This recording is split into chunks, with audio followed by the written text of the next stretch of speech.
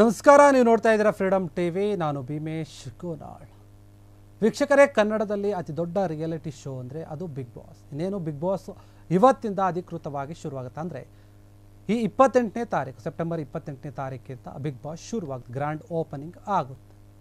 ಈ ಒಂದು ಬಿಗ್ ಬಾಸ್ಗೆ ಅನೇಕ ರೀತಿಯ ಒಂದು ಜನರು, ಸೆಲೆಬ್ರಿಟಿಗಳು ಬರ್ತಾರೆ ಕಂಟೆಸ್ಟೆಂಟ್ಗಳಾಗಿ.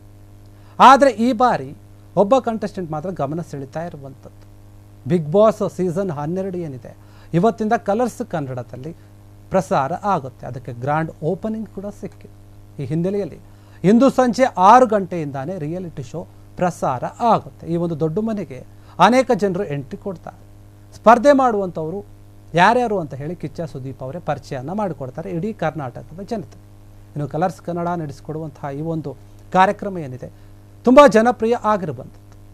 ಇನ್ನು ಇದೇ ಒಂದು ವಾಹಿನಿಯಲ್ಲಿ ಕ್ವಾಟ್ಲೆ ಕಿಚನ್ ಎನ್ನುವಂತಹ ಒಂದು ರಿಯಾಲಿಟಿ ಶೋ ನಡೀತಾ ಇರುತ್ತೆ. ಅದರ ಒಂದು ಫಿನಾಲೆ ನಡೀತಾ ಇರಬೇಕಾದ್ರೆ ಬಿಗ್ ಬಾಸ್ ಸ್ಪರ್ಧಿಗಳ ಒಂದು ಹೆಸರನ್ನು ಘೋಷಣೆ ಮಾಡಿರುವಂಥ, ಅದರಲ್ಲಿ ಮುಖ್ಯವಾಗಿ 3 ಸ್ಪರ್ಧಿಗಳ ಹೆಸರನ್ನು ಘೋಷಣೆ ಮಾಡಿದೆ ಬಿಗ್ ಬಾಸ್, ರಿವೀಲನ್ನು ಮಾಡಿರುವಂಥ. ಹಾಗಾದರೆ ಯಾರು ಅವರು? ಅದರಲ್ಲಿ ಮುಖ್ಯವಾಗಿ ಕಲಾವಿದ, ನಟ ಆಗಿರುವಂಥ ಕಾಕ್ರೋಚ್ ಸುದಿ ಆಗಿರ್ಬೋದು, ಮತ್ತು ಮಂಜು ಭಾಷಣಿ ಎನ್ನುವಂಥವರಾಗಿರ್ಬೋದು, ಅವರ ಜೊತೆಗೆ ಮಲ್ಲಮ್ಮ. ಈ 3 ಹೆಸರು ಏನಿದೆ, ಇಬ್ಬರ ಹೆಸರಂತೂ ನಮಗೆ ಗೊತ್ತೇ ಇದೆ. ಅವರನ್ನು ನಾವು ನೋಡಿದ್ದೀವಿ, ಚಿತ್ರಗಳಲ್ಲಿ ಮತ್ತು ಧಾರಾವಾಹಿಗಳಲ್ಲಿ ನೋಡಿದ್ದೀವಿ. ಈ ಮಲ್ಲಮ್ಮ ಎನ್ನುವಂಥ ಒಬ್ಬ ಮಹಿಳೆ ಏನಿದ್ದಾರೆ, ಅವರ ಬಗ್ಗೆನೇ ಈಗ ಒಂದು ಸಾಕಷ್ಟು ಚರ್ಚೆಗಳು ಹುಟ್ಟು ಹಾಕ್ತಾ ಇದೆ. ಯಾರು ಈ ಮಲ್ಲಮ್ಮ, ಎಲ್ಲಿಂದ ಬಂದರು, ಇವರ ಒಂದು ಹಿನ್ನೆಲೆ ಏನು ಎನ್ನುವಂತಹ ಒಂದು ಸಾಕಷ್ಟು ಪ್ರಶ್ನೆಗಳು ಮೂಡುತ್ತಾ ಇದೆ. ಇನ್ನು ಸಾಮಾಜಿಕ ಒಂದು ಜಾಲತಾಣಗಳಲ್ಲಿ ಇವ್ರ ಬಗ್ಗೆ ಸಾಕಷ್ಟು ಹುಡುಕಾಟ ಕೂಡ ನಡೀತಾ ಇದೆ. ಈ 3 ಹೆಸರುಗಳು ಕೂಡ ಈಗಾಗಲೇ ಅಧಿಕೃತವಾಗಿ ಘೋಷಣೆ ಆಗಿಬಿಟ್ಟಿದೆ. ಇವರು 3 ಬಿಗ್ ಬಾಸ್ಗೆ ಬರೋದು ಪಕ್ಕ ಅನ್ನುವಂಥ ವಿಚಾರ ಗೊತ್ತಾಗಿದೆ.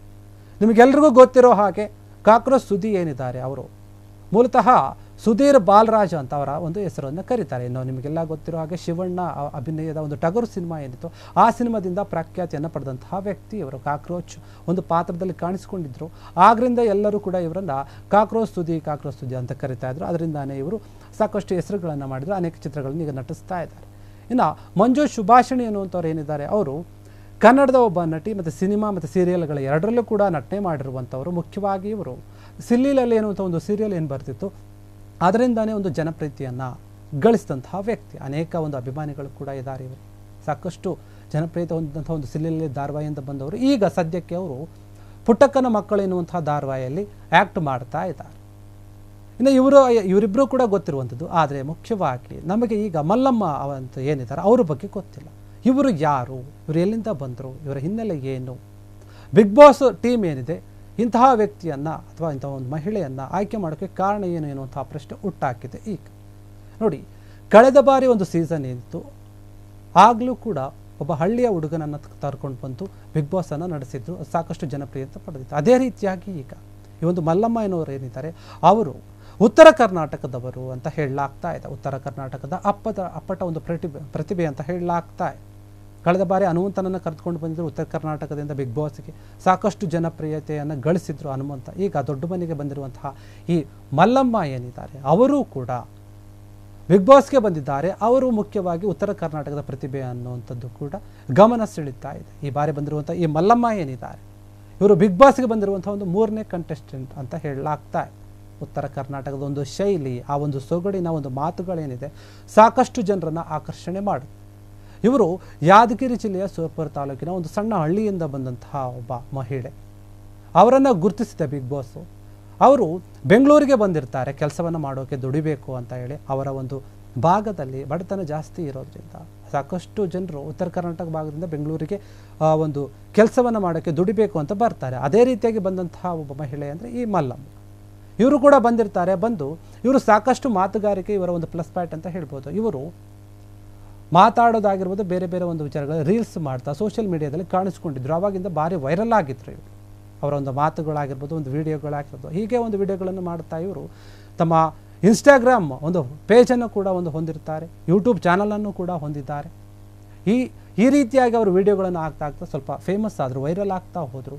ಇವರು ಜಾಸ್ತಿ ಜನ ಗುರುತಿಸ್ತಾ ಇದ್ರು ಕೂಡ ಕಲರ್ಸ್ ಕನ್ನಡ ವಾಹಿನಿ ಇವರನ್ನು ಗುರುತಿಸಿದೆ. ಇವರ ಒಂದು ಪ್ರತಿಭೆಯನ್ನು ಮೆಚ್ಚಿಕೊಂಡು ಇವರನ್ನು ನಾವು ಬಿಗ್ ಬಾಸ್ಗೆ ತರಬೇಕು ಅಂತ ಹೇಳಿ ಕರೆತಂದಿರುವಂಥದ್ದು. ಮುಖ್ಯವಾಗಿ ಉತ್ತರ ಕರ್ನಾಟಕ ಭಾಗದ ಜನರ ಒಂದು ಗಮನವನ್ನು ಸೆಳೆಯೋಕೆ ಅಂತಾನೆ ಬಿಗ್ ಬಾಸ್ ಈ ರೀತಿಯಾಗಿ ಉತ್ತರ ಕರ್ನಾಟಕ ಭಾಗದ ಒಂದು ಪ್ರತಿಭೆಗಳನ್ನು ಗುರುತಿಸ್ತಾ ಇದೆಯಾ ಅನ್ನುವಂಥ ಪ್ರಶ್ನೆ ಕೂಡ ಮೂಡ್ತಾ ಇದೆ. ಯಾಕಂದರೆ ಹನುಮಂತ ಯಾವ ರೀತಿಯಾಗಿ ಕಳೆದ ಒಂದು ಸೀಸನ್ನಲ್ಲಿ ಗಮನ ಸೆಳೆದಿದ್ದು ಅದೇ ರೀತಿಯಾಗಿ ಈ ಒಂದು ಮಲ್ಲಮ್ಮ ಕೂಡ ಸೆಳಿಬಹುದು ಎನ್ನುವಂತಹ ಒಂದು ಕ್ಯಾಲ್ಕುಲೇಷನ್ ಪ್ರಕಾರದಲ್ಲಿ ಇವರನ್ನು ತಂದಿರುವಂಥದ್ದು. ಇವರು ಇನ್ಸ್ಟಾಗ್ರಾಮ್ ಒಂದು ಖಾತೆಯನ್ನು ನಾವು ಗಮನಿಸೋದಾದರೆ ನೋಡಿ, ಈ ಮಲ್ಲಮ್ಮ ಅವರಿಗೆ ಸುಮಾರು 1,69,000 ಸಬ್ಸ್ಕ್ರೈಬರ್ಸ್ ಇರುವಂಥವ್ರು. ಯೂಟ್ಯೂಬು ಅಂದರೆ ಇದು ಯಾವುದರಲ್ಲಿ, ಇನ್ಸ್ಟಾಗ್ರಾಮಲ್ಲಿ. ಇನ್ನು ಇವರಿಗೆ ಯೂಟ್ಯೂಬ್ ಚಾನಲ್ ಕೂಡ ಇದೆ, ಅದರಲ್ಲಿ 16,000 ಸಬ್ಸ್ಕ್ರೈಬರ್ ಇರ್ತಾರೆ. ಇವರು ಈಗಿನ ಒಂದು ಜನ್ರೇಷನ್ ಏನಿದೆ ಸೋಷಿಯಲ್ ಮೀಡಿಯಾಗೆ ಯಾವ ರೀತಿ ಅಡಿಕ್ಟ್ ಆಗಿದೆ ಅದೇ ರೀತಿಯಾಗಿ ಸೋಷಿಯಲ್ ಮೀಡಿಯಾವನ್ನು ಬಳಸ್ತಾ ಇರುವಂಥದ್ದು ಅವರ ಒಂದು ವಿಡಿಯೋ ಮಾಡೋಕ್ಕೆ. ಅವರು ಅದರಿಂದಾನೇ ಜನಪ್ರಿಯತೆಯನ್ನು ಹೊಂದಿರುವಂಥ ಇವರು ಎಲ್ಲರೂ ಕೂಡ ಇವರನ್ನು ಮಾತಿನ ಮಲ್ಲಿ ಮಲ್ಲಮ್ಮ, ಮಾತಿನ ಮಲ್ಲಿ ಮಲ್ಲಮ್ಮ ಅಂತ ಕರೀತಾರೆ. ಅಧಿಕೃತವಾಗಿ ಘೋಷಣೆ ಮಾಡಿದ್ದಾರೆ. ಅವರು ಕೂಡ ಹಾಯ್ ಫ್ರಾನ್ಸ್, ಎಲ್ಲರೂ ಹೇಗಿದ್ದೀರಾ, ನಾನು ನಿಮ್ಮ ಮಲ್ಲಮ್ಮ ಅಂತ ಹೇಳಿನೇ ಮಾತಾಡಿಕೊಂಡು ಈಗ ಬಿಗ್ ಬಾಸ್ಗೆ ಬಂದಿದ್ದಾರೆ. ಇವರು ಈಗ ಎಲ್ಲರ ಒಂದು ಗಮನವನ್ನು ಸೆಳೀತಾ ಇದ್ದಾರೆ. ಬಿಗ್ ಬಾಸ್ ಮನೆಗೆ ಬರಬೇಕಂದ್ರೆ ಕೆಲವೊಂದು ಟ್ಯಾಲೆಂಟ್ ಇರಬೇಕು, ಅಥವಾ ವೈರಲ್ ಆಗಿರಬೇಕು, ಇಲ್ಲ ಬೇರೆ ಒಂದು ಯಾವುದೋ ಒಂದು ಕಾರಣಗಳಿಂದ ಅವರು ಫೇಮಸ್ ಆಗಿರಬೇಕು. ಅಂಥವ್ರನ್ನ ಬಿಗ್ ಬಾಸ್ ಹುಡುಕಿ ಆರಿಸ್ಕೊಂಡು ತಗೊಂಡು ಬಂದು ಮನೆಯಲ್ಲಿ ಕೂಡಿ ಆಗುತ್ತೆ.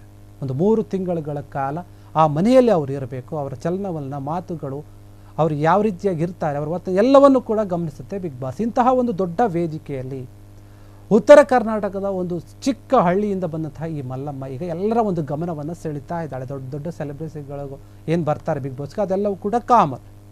ಆದರೆ ಇಂತಹ ಒಂದು ಸಾಮಾನ್ಯ ಒಂದು ಮಹಿಳೆಯನ್ನು, ವ್ಯಕ್ತಿಯನ್ನು ಕರೆತಂದಿರುವಂಥದ್ದು ಕೂಡ ಈಗ ಎಲ್ಲರ ಒಂದು ಗಮನ ಸೆಳೀತಾ ಇದೆ.